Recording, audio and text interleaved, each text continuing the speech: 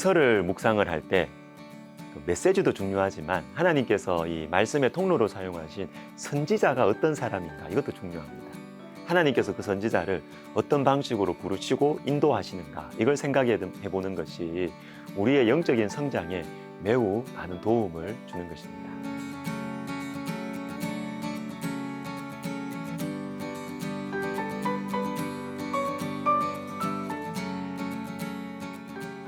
아모스서는 말씀의 온도가 뜨겁습니다. 자, 1장 2절을 보시면 그가 이르되 여호와께서 시온에서부터 부르짖으시며 예루살렘에서부터 소리를 내시리니 목자의 초장이 마르고 갈멜산 꼭대기가 마르리로다. 하나님께서 부르짖으신다. 소리를 크게 내십니다. 그냥 점잖게 말씀하시는 것이 아니에요. 하나님이 부르짖으십니다. 하나님의 이 뜨거운 마음, 이 안타까운 마음이 아모스 선지자에게 부어졌습니다. 자, 하나님께서는 아모스에게 특별한 마음을 주셨어요.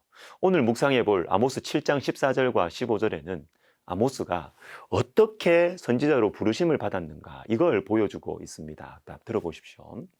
아모스가 아마샤에게 대답하여 이르되 나는 선지자가 아니며 선지자의 아들도 아니라 나는 목자요 뽕나무를 재배하는 자로서 양떼를 따를 때에 여호와께서 나를 데려다가 여호와께서 내게 이르시기를 가서 내 백성 이스라엘에게 예언하라 하셨나니. 자, 원래 선지자가 아니에요. 선지자 가문도 아닙니다. 그저 목자여 뽕나무 재배하는 사람이었습니다. 그런데 15절에 나오듯이 하나님께서 아모스를 데려다가 선지자로 세우셨습니다. 여기 나오는 데려다가라는 말은 그냥 타일러서 데리고 간단 말이 아니에요. 약간은 강제로 끌고 간다라는 의미가 있습니다. 하나님께서 얼마나 뜨거운 마음을 부어주셨으면 원래는 선지자가 아닌데 그냥 평범하게 살던 사람인데 생업을 내려놓고 하나님의 말씀을 전하겠어요. 또한 아모스는 남유다 사람입니다. 남유다 사람이 북이스라엘에 가서 하나님의 말씀을 전했습니다. 하나님의 뜨거운 마음이 부어졌으니까 하나님의 강권적인 인도하심 데려다가 이것이 아모스의 심령입니다.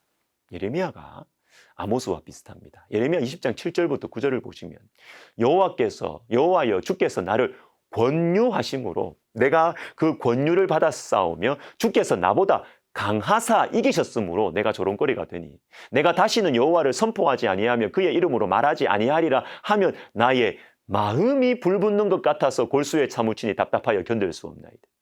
주께서 나를 권유하셨다. 그리고 나보다 강하셔서 나를 이기셨다. 여러분, 하나님이 나보다 강하신 거 당연하죠. 그런데 이 말씀은 그런 분위기가 아니에요. 권유하시면서 나를 이기셨다는 것입니다. 즉, 나는 하고 싶지 않아요. 그런데 하나님께서 자꾸 내 마음을 계속 설득을 하신다는 겁니다. 그런데 그 결과가 무엇이냐 하면 하나님 말씀 때문에 치욕과 모욕거리가 됩니다. 아이, 못하겠다. 다시는 주의 말씀을 안 전하겠다. 결심을 해요, 예레미야가. 그러면 마음이 불붙는 것 같아서 견딜 수가 없어요. 내가 좋아서 시작한 것도 아닙니다. 그런데 이제는 내 마음이 타들어가요. 하나님의 타들어가는 마음이 내 속에 부어진 것입니다. 이것이 예레미야의 심령이고 아모스의 심령입니다. 자, 예전에 나라와 민족을 위해서 기도를 많이 하시는 한 장로님을 만났습니다. 거의 매일 철야 기도를 하시더라고요. 어떻게 이렇게 나라와 민족을 위해서 기도하시게 되었습니까? 들어보니까요. 15년 전쯤에 나라와 민족을 위한 어떤 큰 행사를 준비하게 되셨답니다. 행사 다 끝났어요. 잘 끝났습니다. 그런데 이대로 끝나면 안 되겠다라는 생각이 들었고 같은 마음을 가진 사람들이 우리 일주일에 한 번 모여서 나라와 민족을 위해서 철야 기도하자 했어요. 그렇게 시작되었답니다. 그런데 일주일에 한 번 하던 것이 매일 하는 것으로 바뀌어 갔습니다. 그러면서 이 장로님께서 하시는 말씀, 이끌려서 여기까지 왔습니다. 여러분, 우리 모두에게는 이런 것이 있습니다. 내가 하고 싶어서 하는 것도 아니고 잘해서 하는 것도 아니에요.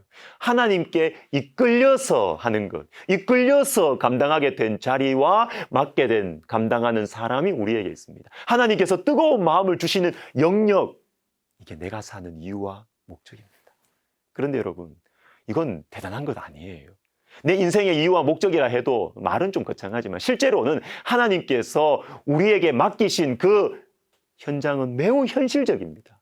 모세가 민족을 구원하는 데 쓰임받았죠. 대단해 보입니다. 그런데 모세가 이 대단한 사명을 이루어가는 데 있어서 제일 마음을 아프게 했던 사람 누굴까요? 제일 하나님께 간절하게 기도했던 제목이 무엇입니까? 우리 민족을 위한 비전을 주옵소서 아닙니다. 가나안 땅 주옵소서 아닙니다. 고기와 떡이 없다고 불평하고 원망하는 사람들 때문에 가슴이 찢어졌어요. 금송아지 우상을 만드는 그 사람들 때문에 하나님 앞에 엎드렸어요. 모세의 권위를 인정하지 않는 고라 자손들 때문에 마음의 아픔을 감당해야 했습니다. 대단한 것 때문에 힘든 게 아니에요. 어쩌면 우리 인생의 이유와 목적은요, 정해져 있습니다. 제일 큰 것, 제일 본질적인 것, 예수님 닮아가는 것. 그런데 어떻게 예수님을 닮아갈 수 있을까요? 예수님을 닮아가는 것이 무엇을 의미하냐? 어떤 영역에서 어떤 방식으로 해야 되느냐? 어떤 참고 서적들을 읽어야 되느냐? 이렇게 한다고 되는 게 아닙니다. 하나님 그렇게 일하지 않으세요. 그 대신 내 가까이에 있는 사람들, 소소하게 주어지는 일들 가운데 내가 어떻게 신앙으로 반응하는지 그 과정들을 통해서 예수님을 닮아가는 이 본질적인 목적을 이루어 가시는 것입니다. 여러분, 아모스의 심령 뜨겁습니다. 그러나 거창하지 않아요.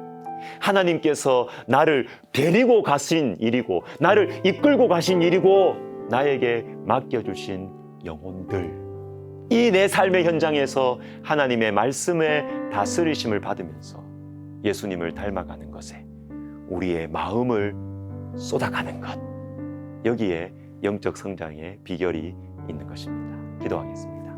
하나님, 우리에게 미치지 못할 크고 기이한 일들을 바라보며 게으름에 빠지거나 교만함에 빠지지 말게 해주시고, 나에게 맡겨주신 사람들, 나에게 맡겨주신 작은 일들에 죽게 하듯 하면서 오늘도 예수님을 닮아가는 이 본질적인 인생의 목적과 이유를 이루어가는 우리 한 사람 한 사람 되게 하옵소서. 예수님의 이름으로 기도하옵나이다. 아멘.